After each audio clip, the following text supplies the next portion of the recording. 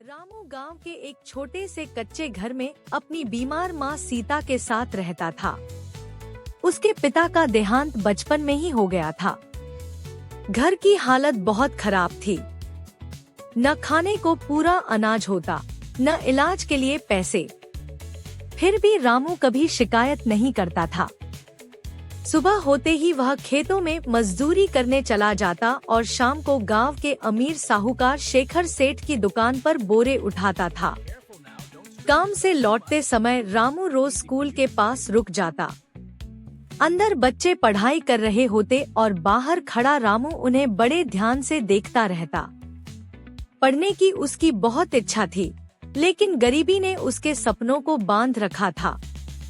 एक दिन मास्टर जी ने रामू को देखा और उससे पूछा, क्या तुम पढ़ना चाहते हो? रामू ने धीमी आवाज में कहा, जी मास्टर जी, बहुत चाहता हूँ, लेकिन हालात साथ नहीं देते। मास्टर जी मुस्कुराए और बोले, अगर मन सच्चा हो तो रास्ता जरूर निकलता है।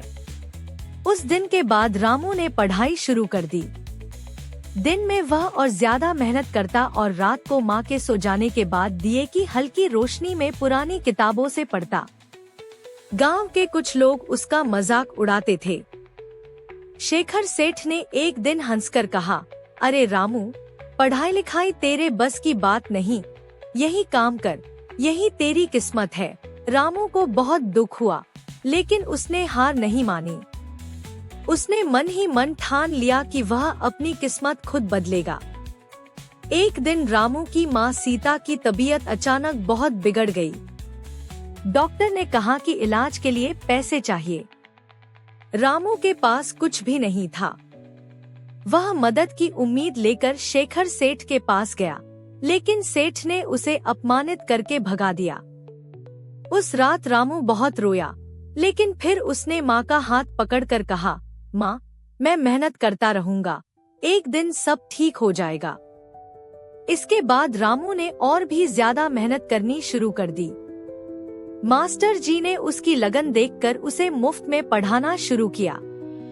कई सालों की मेहनत, असफलताओं और संघर्ष के बाद रामू ने आखिरकार सरकारी परीक्षा पास कर ली।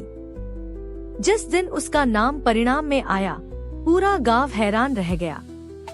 जिसे लोग कभी एक गरीब मजदूर का बेटा कहते थे, वह आज अफसर बन चुका था।